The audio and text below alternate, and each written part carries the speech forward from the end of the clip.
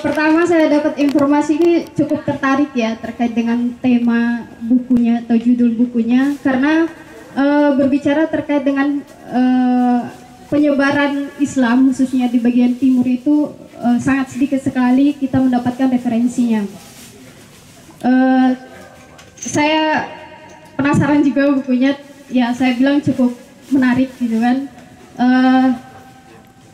Saya pikirnya bukunya ini cukup tebal, ternyata tipis ya. Karena dalam pikiran saya kalau berbicara sejarah itu cukup ya kita ketahui lah sangat detail sekali. Kayak berbicara tentang Bima, saya asli Dombojo, Sukombojo. Bima itu juga termasuk atau terkenal dengan kental dengan islamisasinya ya. Lombok juga, saya dengar juga masnya yang menulis tadi orang Lombok. Nggak tahu suku mana mas? Sama. Suku Bojo. Bojo. Bukan Sasak. Bojo.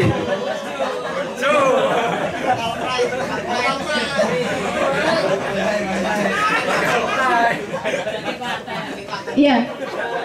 Dari terkait dengan Islamisasi di Bima ini, saya lihat ada beberapa subjudul yang dibicarakan, masalah Rimpu dan seterusnya. Namun saya melihat ini baru ringkasannya saja gitu kan, dibandingkan, dan juga lokasi yang diambil itu baru di kota. Sementara penyebaran Islam yang paling banyak itu adalah di kabupatennya, seperti di yang paling masih terjaga budayanya ya, itu di Sambori, Donggo, terus itu Wawo, Parado, itu masih kental sekali budaya Islamnya. Dan ada juga yang terlupakan terkait dengan kentalnya Islamisasi ini di Bima itu namanya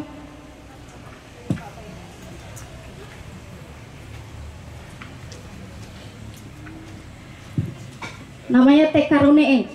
Nah, saya kemarin sempat mendampingi salah satu mahasiswa S3 di Malaysia yang meneliti terkait dengan Tekarone ini. Nah, Tekarone ini mungkin masnya tahu ya, terkait Tekarone ini kan acara yang dilakukan oleh mempelai perempuan ya sebelum melakukan hajatan pernikahan.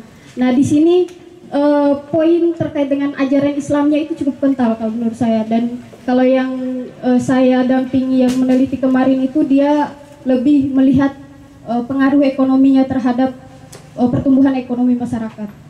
Nah, mungkin itu sedikit yang ingin saya sampaikan, dan juga nah yang ingin saya tanyakan ini terkait dengan Rimpu ya. Nah, Rimpu ini kan cukup sekali sekarang ya lagi digembor-gemborkan atau digaung-gaungkan lagi untuk dihidupkan kembali terkait dengan Rimpu ini. Cuman saya belum mendapatkan literaturnya selain daripada untuk penyebaran Islam, untuk membedakan perempuan yang sudah menikah atau yang belum menikah, Rimpu Colo dan Rimpu biasa tadi. Sebenarnya tujuan utama daripada hadirnya Rimpu ini apa sih gitu kan? Karena saya sampai hari ini belum mendapatkan referensi terkait dengan itu. Mungkin masnya paham atau tahu terkait dengan mungkin karena supaya dia tidak diambil oleh para Belanda atau gimana gitu kan, kita nggak tahu. Atau mungkin itu sebagai suatu identitas Dombojo, itu terkait dengan Rimpu. Namun tradisi-tradisi Islam yang cukup kental di Mbojo itu masih banyak sekali mas. Nanti bisa dilihat atau dicari di daerah yang saya sebutkan tadi, karena itu masih sangat kental sekali. Kayak di bagian Belo, saya juga bagian Belo, itu juga sangat kental. Karena sekarang kan lagi pilkada. Nah, kalau calonnya mau mengambil hati para masyarakat, ya bungkus aja dengan Islamisasi itu gitu. Karena Bima itu cukup kental terkait dengan Islam. Yang penting ya kamu paham sedikit aja terkait dengan Islam, ya udah gitu kan. WHAD do gitu kan. Ya, terima kasih dari saya. Assalamualaikum warahmatullahi wabarakatuh. Waalaikumsalam warahmatullahi. Mbak Hasna ya, dari Bojo. Dari Bojo. Kesini dulu Mbak. Bentar, ini ada tadi saya dipesenin buat yang tanya bisa milih buku karena jenengan penanya pemberi komentar pertama, jadi bisa milih. Monggo. Tapi jangan milih full ya. Ya.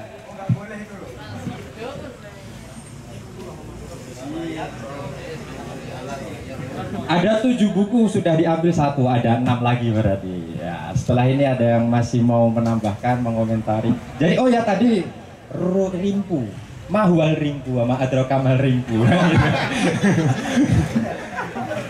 Rimpu. Ya, monggo Mas Ilful. Ya, satu menanggapi dulu apa yang disampaikan oleh Mas Ajis soal bagi saya pribadi simbolisasi terhadap agama juga enggak antara yang mengkritik bukan soal ininya, bukan soal gaya pakaiannya yang menurutku perlu dikritik, tapi cara pandangnya atas sekian simbol itu yang perlu dikritik. Kalau katanya Pak Edi itu pengetahuan itu bebas dikritik, makanya selama apapun lah, mau ideologinya kanan, kirinya mentok, kanannya mentok, terserah. Tapi dalam konteks pengetahuan, ia bisa diperdebatkan.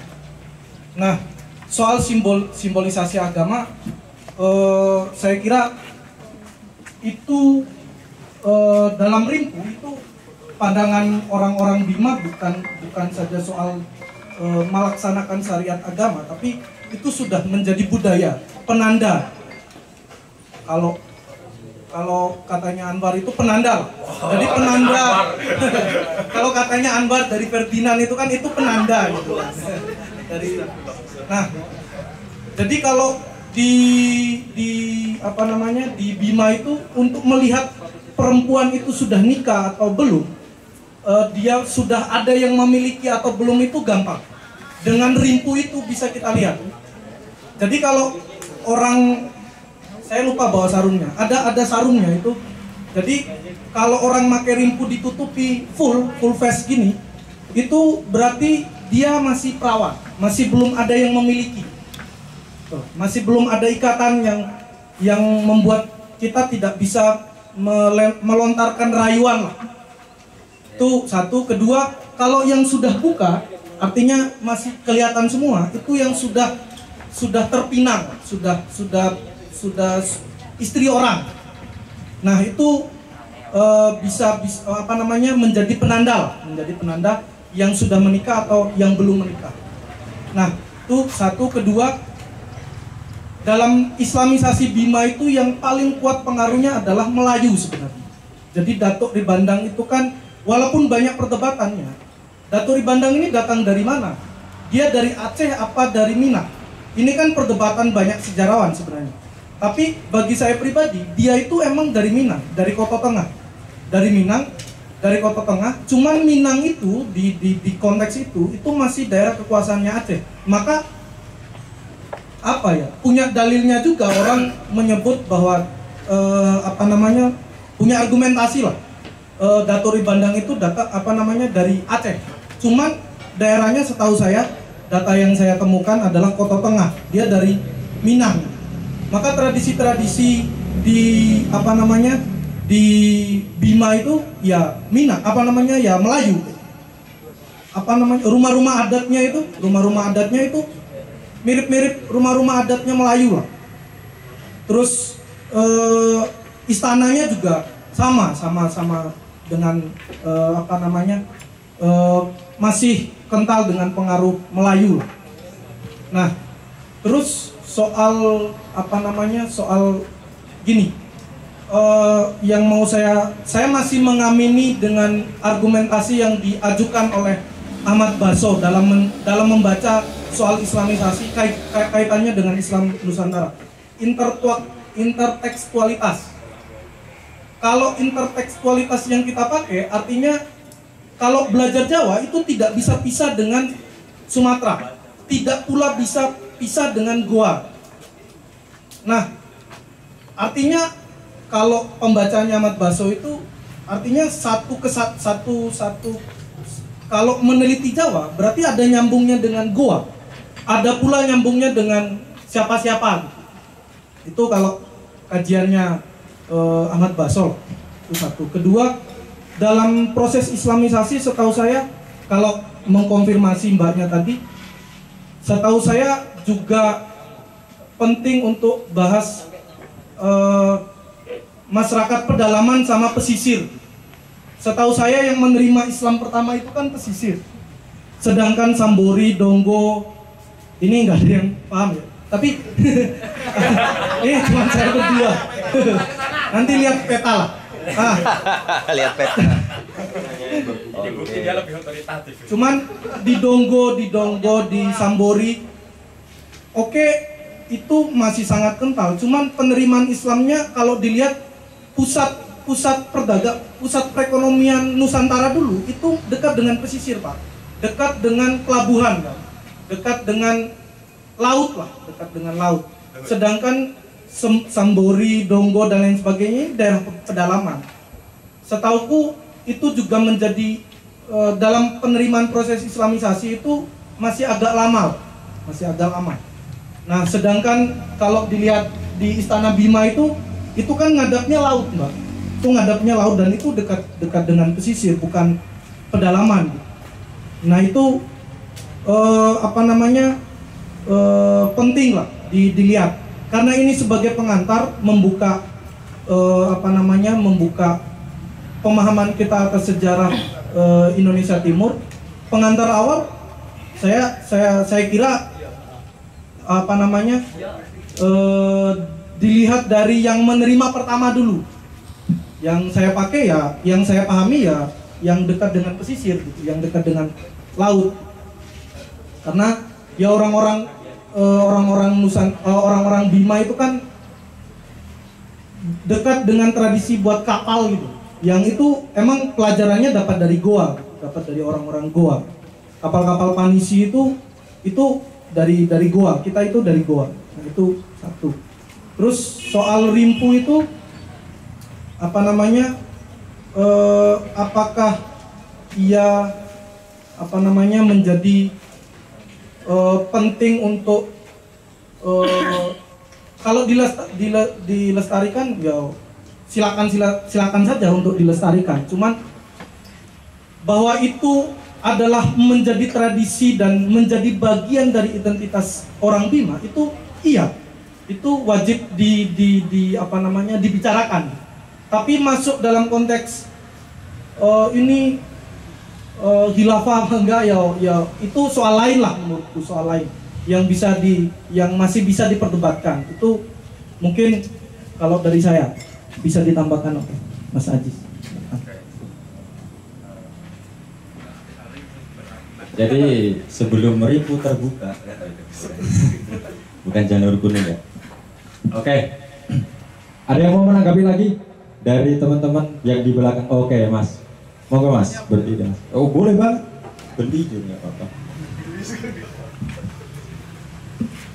Assalamualaikum warahmatullahi wabarakatuh. Nama saya Muntir, saya mahasiswa UIN. Saya orang Jawa Tulen, jadi saya penasaran dengan bedah buku ini yang terutama ada istilah di timurnya, jadi beda suku dengan saya gitu Mas Ibu. Ya. Saya asli Jawa Timur, pendidikan backgroundnya NU yang agak tradisionalis, jadi saya nerima pendidikan dari kecil itu ya NU, jadi sejarahnya juga Jawa sentris gitu. Nah, terkait dengan persebaran Islam itu saya penasarannya begini Mas Hilful, jadi sebagai orang yang Jawa Tulen kan saya belum pernah main-main ke timur, khususnya ke Bima gitu. Jadi saya penasaran tuh dengan bingkai pembingkaian dakwahnya khususnya terhadap generasi muda di timur itu loh. Apakah masih kental dengan kayak di sini tuh apakah punya perbedaan dengan Jawa gitu loh Maksudku. Di Jawa itu kan mungkin dikenalkan pertama-tama dengan sejarah Islam itu dibawa oleh Wali Songo gitu. Islam itu pertama-tama ada ulama yang kesini numbalin tanah Jawa, habis itu ada Wali Songo, terus Wali Songo itu penyebaran Islam di pesisir kayak gitu. Apakah di timur itu bingkai penyebarannya seperti itu atau ada yang beda dari Jawa seperti itu, atau sama persis dengan Jawa, cuma mungkin ditambahi Wali Songonya jalan-jalan ke Bima kayak gitu, ya gitu. Saya minta pendapatnya Bang Ilfo sendiri sih, ya, sebagai orang Bima. Terima kasih Mas. Ya, makasih Mas Mundir dari UIN. Oh ya, oke. Biar langsung diropel ya. Ada yang mau menanggapin lagi atau bertanya? Oh ya.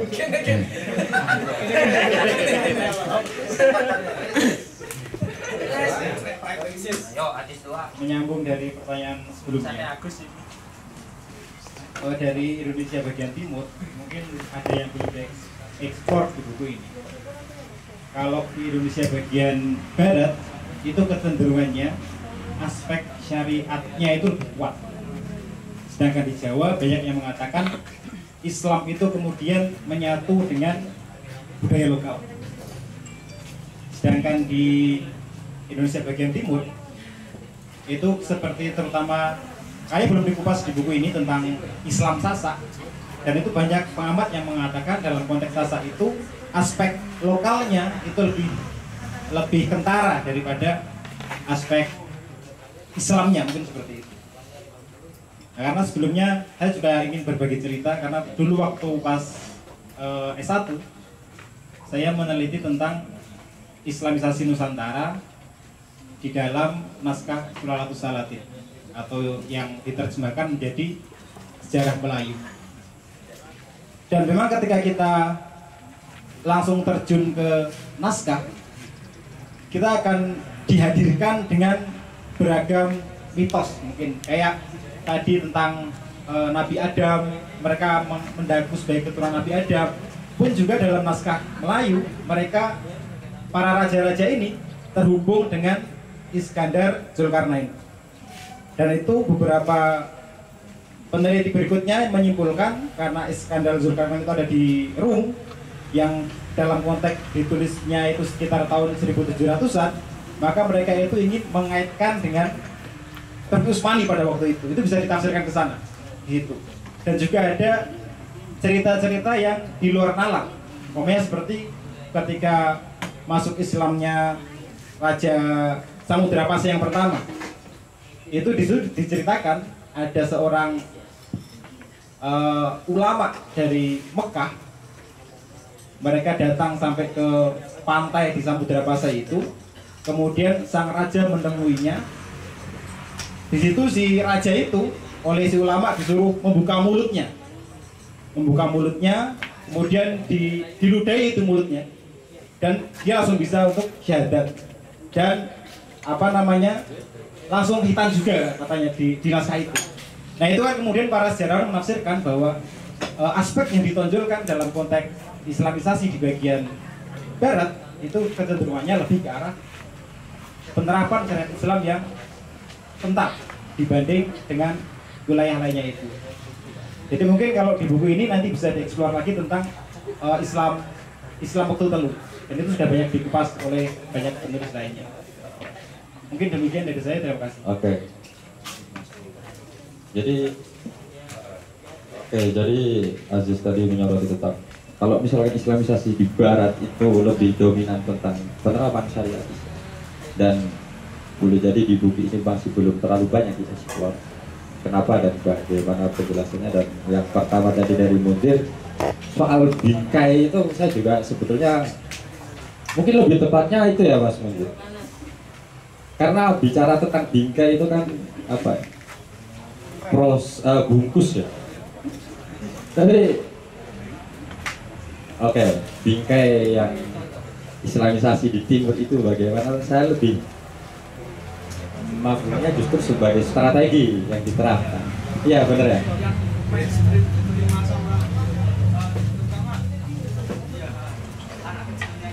Oke. Ya monggo Mas. Ya,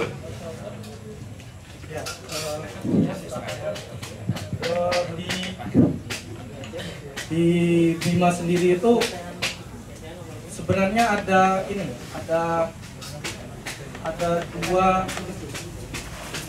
dua perdebatan yang menganggap, yang membaca bahwa di Lombok itu kan, di Panambo Lombok, di naskah Panambo Lombok itu menyebutkan bahwa daerah Lombok, Sumbawa, kan Sunda kecil tuh disebut daerah Sunda kecil itu ditundukkan. Kalau dalam Panambo Lombok itu, kalau diterjemahkan itu ditundukkan oleh Sunan Giri, dan ini banyak perdebatannya. Kalau ditundukkan berarti diperangi dong. Ditundukkan itu kalau dalam saya ngobrol sama sejarawan di NTB itu, dia menerjemahkan ditundukkan itu bukan diperangi, tapi diambil hatinya oleh oleh Sunan Giri. Nah, soal perdebatan tadi itu, di orang Bima tidak mengakui, mayoritas sejarawan Bima beberapa itu tidak mengakui bahwa Islam yang dibawa di Bima itu masih dalam jejaring besar Giri, karena dia tidak melihat Dato' Ribandang ini adalah muridnya Sunan Giri yang itu dikonfirmasi oleh naskah Lombok, dan itu tidak dipercaya, tidak diambil oleh beberapa sejarawan Bima. Nah, soal bagaimana bingkainya itu di Bima itu kan tidak sebagaimana di Jawa ya, yang menggunakan berbagai banyak media untuk proses islamisasi seperti wayang, terus nyanyian-nyanyian, itu tidak seperti itu. Di Bima itu ketika kan hubungan Bima dengan Goa ini kan sebenarnya sudah jauh sebelum penerimaan Islam masuk, hubungan dagang antara Goa dan Bima sudah kuat. Karena Bima kenapa menjadi bagian dari partner dagangnya Goa Talo, karena Bima menguasai sebagian NTT, Sumba, Larangtuka, Manggarai, Komodo. Itu bagian dari kekuasaannya Kesultanan Kerajaan Bima. Nah, itu ketika abad ke-15 setauku itu Goa menerima Islam karena sudah punya hubungan antara Bima dan Goa. Goa ini menyurati Bima.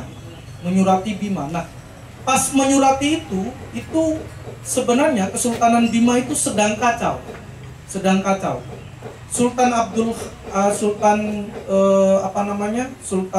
pertama itu kan masih berumur berapa ya? 7 tahun apa 12 tahun.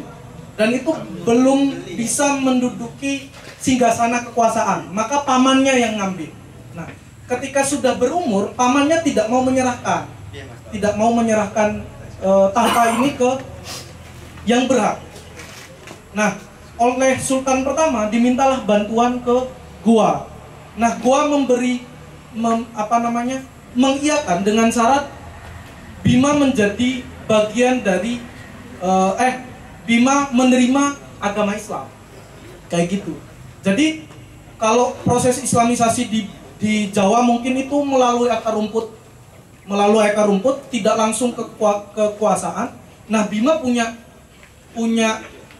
sejarah yang berbeda dalam penerimaan Islamnya. Itu langsung ditundukkan kepalanya. Sultan pertama langsung langsung menerima syarat dari Goa. Perang ya langsung terima gitu, tanpa ada bingkai pernikahan, bingkai wayang, tradisi apapun lah. Itu malah tradisi itu malah digunakan setelah Islam diterima di Sultan kedua. Maka tradisi rimpu, tradisi Maulid Nabi itu dikukuhkan menjadi bagian dari tradisi sah resmi dari Kesultanan Bima ketika Sultan kedua, Sultan Sirajuddin Abil Khair itu soal bingkai ya. Soal bingkai itu agak beda lah dengan daerah-daerah yang lain, terutama Bima. Itu langsung ditundukkan kepalanya. Itu dari saya. Terus kedua, soal konfirmasi naskah-naskah itu di Bima, naskah-naskah tertentu itu bahkan mempengaruhi kepercayaan kan, bahkan menjadi kepercayaan. Misal gini, di naskah cerita bangsa-bangsa jin itu diceritakan, di naskah itu diceritakan bahwa Nabi Muhammad sebelum wafat itu mengumpulkan 4 sahabat dan meminta 4 sahabat ini untuk membagi wilayah dakwah. Ini di bukunya Ahmad Baso juga dicatat, dituliskan. Nah, dibagi menjadi 4 wilayah dakwah. Khusus untuk Ali ini diminta untuk ke daerah timur. Kalau katanya Ahmad Baso itu kan, celetukannya Ahmad Baso itu ya daerahnya sendiri. Cuman itu belum bisa dikonfirmasi. Nah, ini menjadi ini menjadi satu kepercayaan di Bima yang melihat bahwa orang yang bangun rumah itu kan ada tradisinya di Bima itu. Orang bangun rumah itu jadi kayak di sini mungkin patok negoro ya. Di Bima itu ya patok rumah, patok apapun lah. Bangunan yang ditempati itu dipatok dari barat, timur, selatan, utara. Terus tengahnya ada. Nah, itu kepercayaan orang sana itu timur dipegang oleh sahabat mana? Timur dipegang oleh sahabat Ali, barat itu dipegang Abu Bakar kalau nggak salah di naskah itu tuh disebutkan. Dan itu menjadi laku tradisinya orang-orang sana atas kepercayaan di naskah itu. Nah, di tengah-tengahnya Nabi Muhammad katanya. Itu untuk memperkuat bangunan fondasi rumah. Karena dijaga oleh 4 sahabat di 4 penjuru dan tengahnya ada Nabi Muhammad. Nah, itu kepercayaan. Nah, itu yang kosong dibaca oleh Mas Ahmad Baso juga. Mas Ahmad Baso hanya mengkonfirmasi naskah. Tapi ketika saya melihat naskah itu dan melihat sekian banyak kepercayaan orang-orang sana, yuk sampai kayak gitu, sampai ketika keluar rumah misalnya didoain untuk menjaga kita itu di barat, timur, utara, selatan itu ya disebutkan nama-nama sahabat itu. Dan terakhir disahkan oleh, kalau bahasanya orang sana, disahkan oleh Nabi Muhammad. Kalau di sana terkenalnya kayak ngaji fitua. Syariat itu tidak sama sekali kayak debat fikih, debat ini. Saya kira di mungkin mbaknya bisa ya tahu lah bahwa ngaji fitua itu lebih banyak. Ngaji tua itu lebih banyak menjadi tradisi daripada memperdebatkan cadar itu apa gitu, memperdebatkan memperdebatkan dalam syariat. Perdebatannya lebih banyak soal alam semesta ini diciptakan dimulai dari mana. Hanya soal itu. Mengkaji Al-Fatihah ini ya kayak gitu, kalimat ini untuk siapa? Kayak gitu-gitu. Kalau tradisi kajian keislaman orang-orang Bima disebut ngaji fitua. Itu soal mitos. Saya kira kalau di Bima itu soal mitos ini menjadi laku masalahnya. Ini sudah menjadi laku, sudah menjadi sistem kepercayaan. Dan itu diyakini, entah dalam kajian ilmiah, kajian akademik ini disebut mitos, cuma bisa diverifikasi dalam bentuk laku, dalam bentuk sistem kepercayaan masyarakat setempat. Itu mungkin dari saya. Terima kasih. Iya. Soal pembagian wilayah tadi itu kayaknya juga udah pernah ditulis di islami.co juga ya. Dan itu juga saya jadi teringat ketika main di Tasik. Saya lupa tepatnya di mana, tapi masyarakat setempat meyakini bahwa di sana itu ada pusaka gitu kan. Pedang lebih tepatnya, yang itu diwarisi oleh Sayyidina Ali. Artinya Ali sendiri Sayyidina Ali sendiri itu punya tempat yang istimewa bagi masyarakat Indonesia secara umum, tidak saja di timur, tapi juga di Jawa Barat, tradisi Sunda gitu ya, kira-kira begitu. Baik, ada lagi yang mau menanggapi, bertanya, berkomentar, minta keterangan atau pesan di depan ya. Dari ujung. Bukunya masih 4 ini, ya masih 4. Tadi Aziz belum ambil ya. Masih banyak nih buku-buku menarik. Baik, ada yang mau menambahkan lagi? Masih ada waktu 15 menit lah kira-kira ya. 1 orang, 2 orang cukup lah kira-kira. Oke, Virus. Ya, monggo. Ayo, Virus.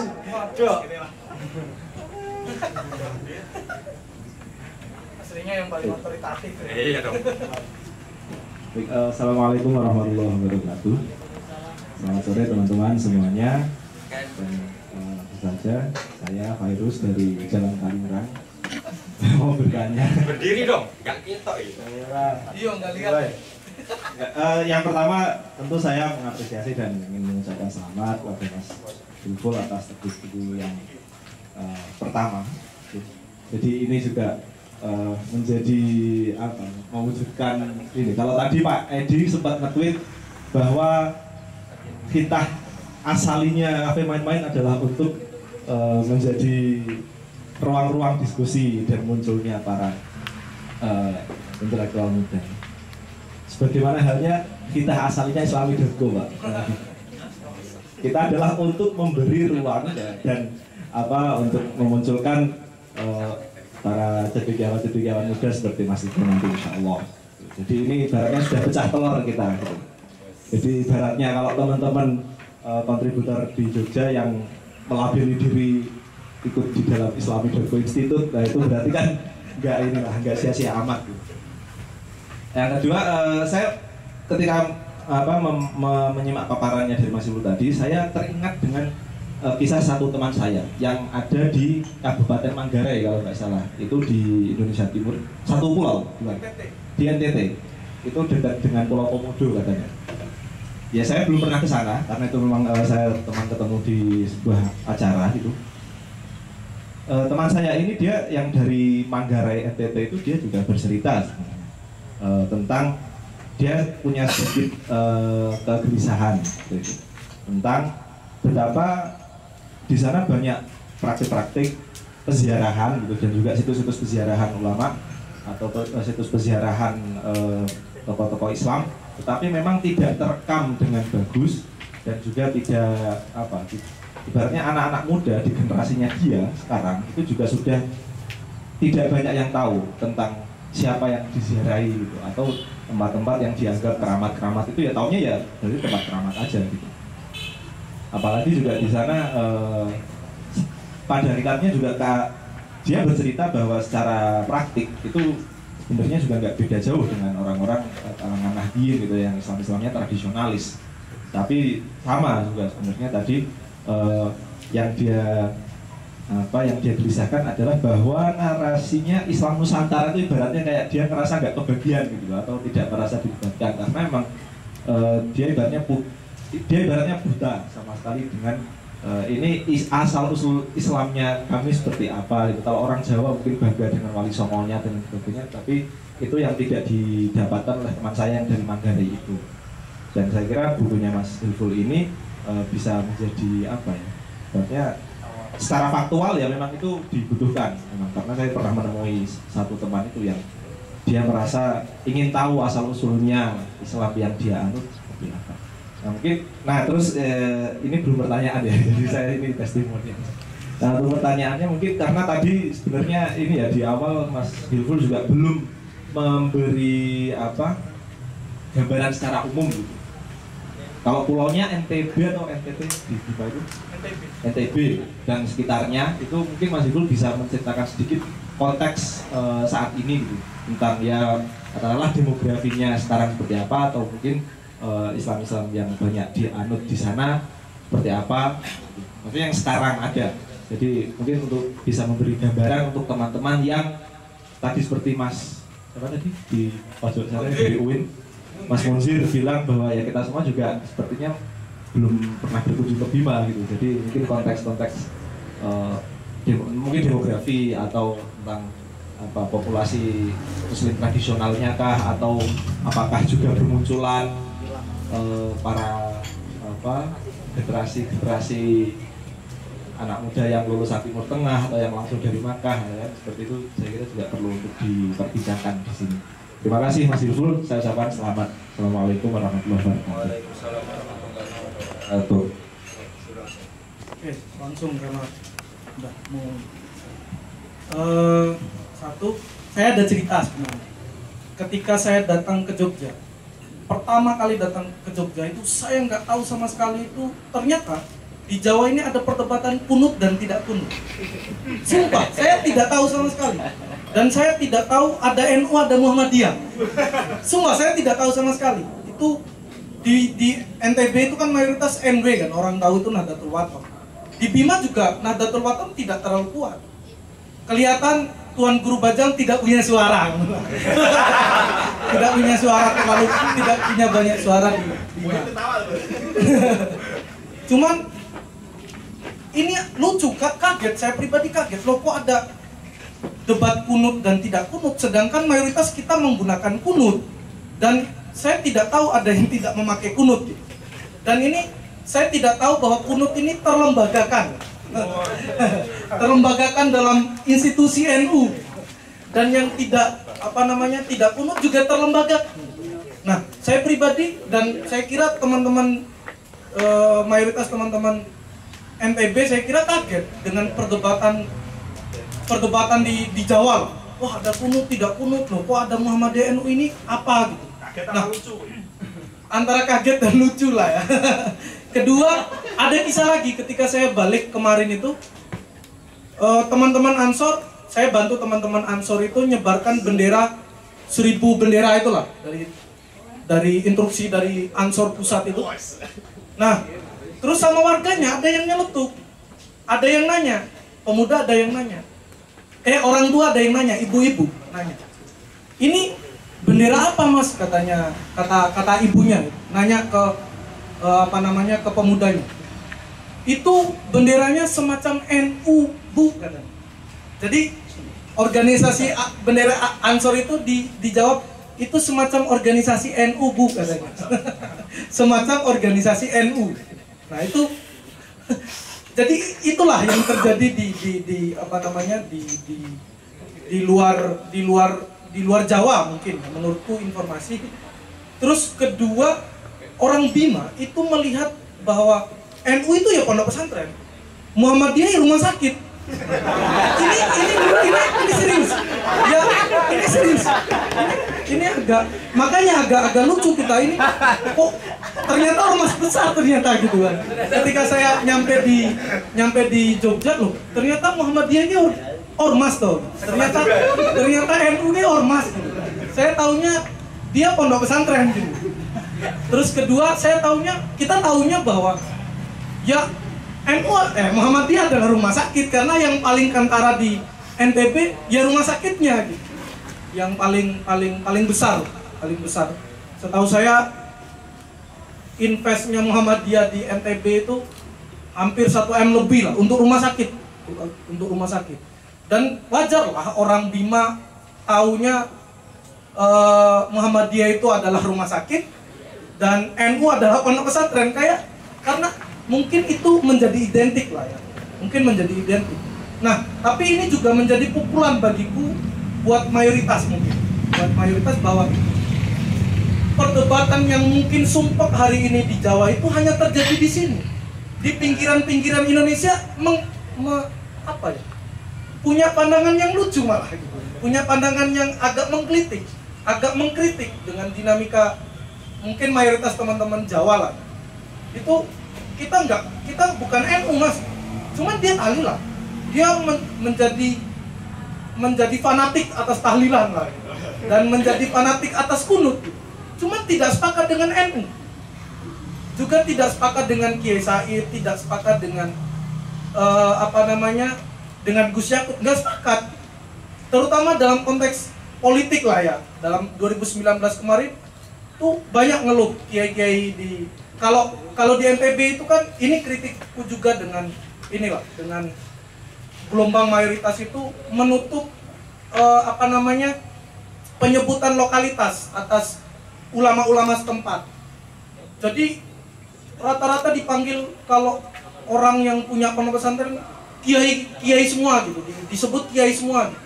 Kalau anaknya kiai disebut gus semua gitu. Nah di sana nggak ada. Di sana itu lebe, Pak. Kalau orang Cirebon itu bilangnya lebe kan, kayak modin itu loh. Nah tapi di Bima itu ulama, Pak, itu kiai. Lebe nae itu berarti itu kiai. Kalau lebe toi, guru toi itu berarti gus, anak yang punya pondok pesantren.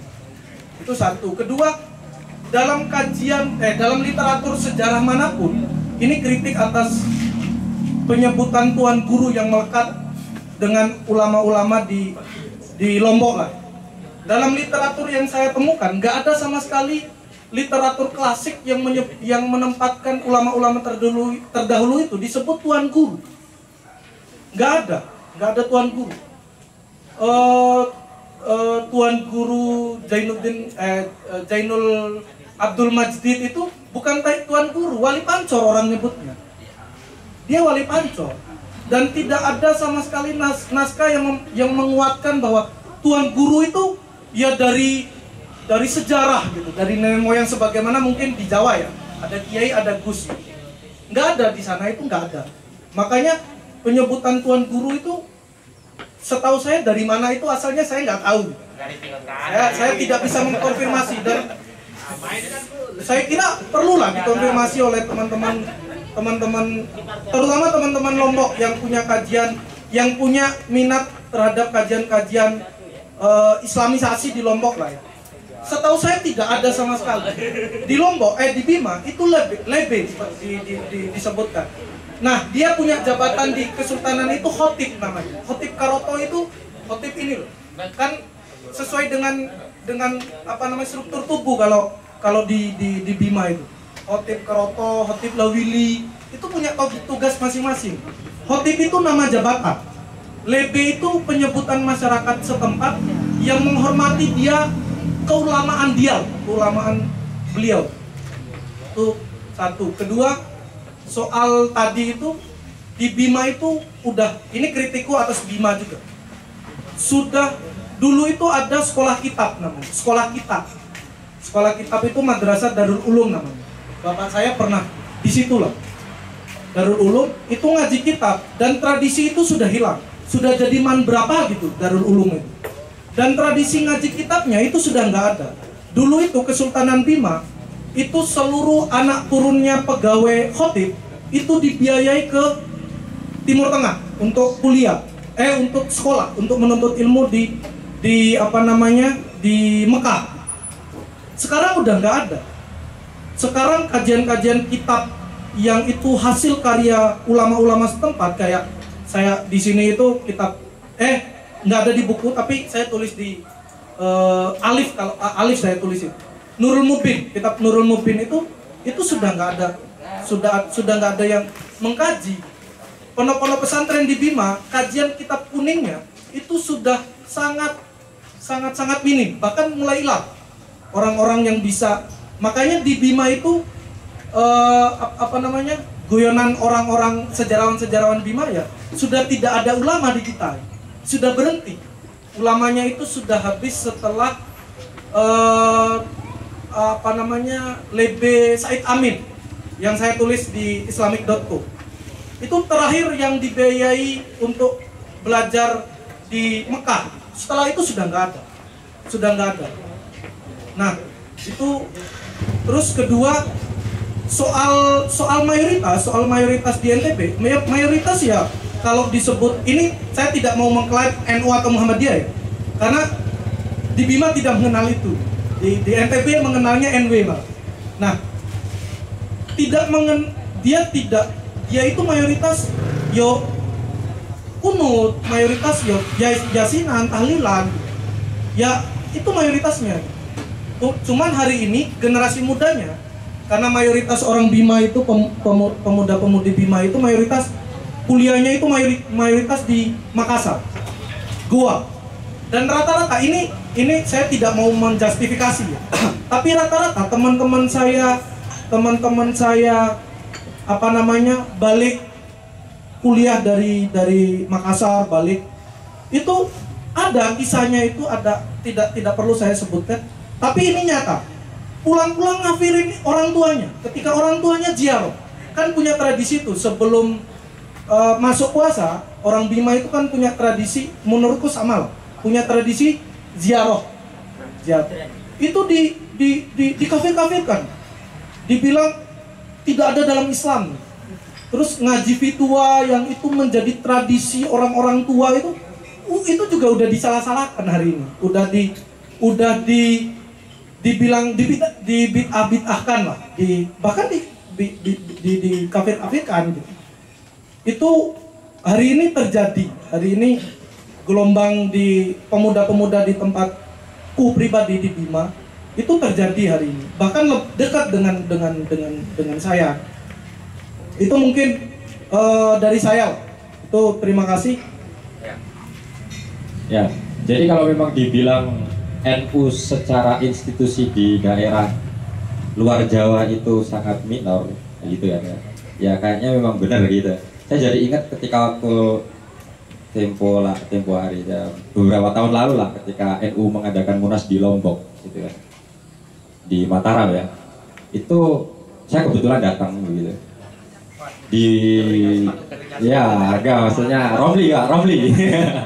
Nah, malam-malam itu lapar, terus makan nyari pecel lele ya. Ada Lamongan Fatin ya di sana.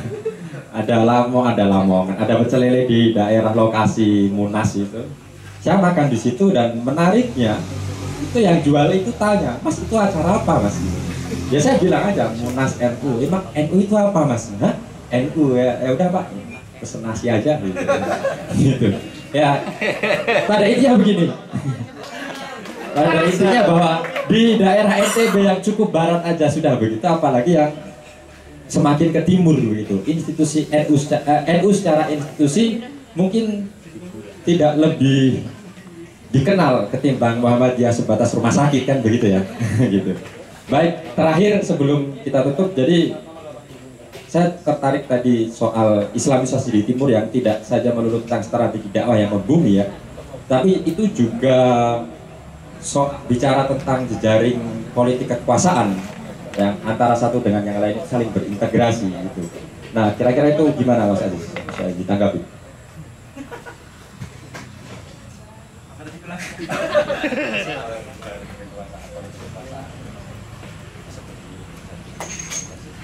Kurang spesifik pertanyaan bagaimana?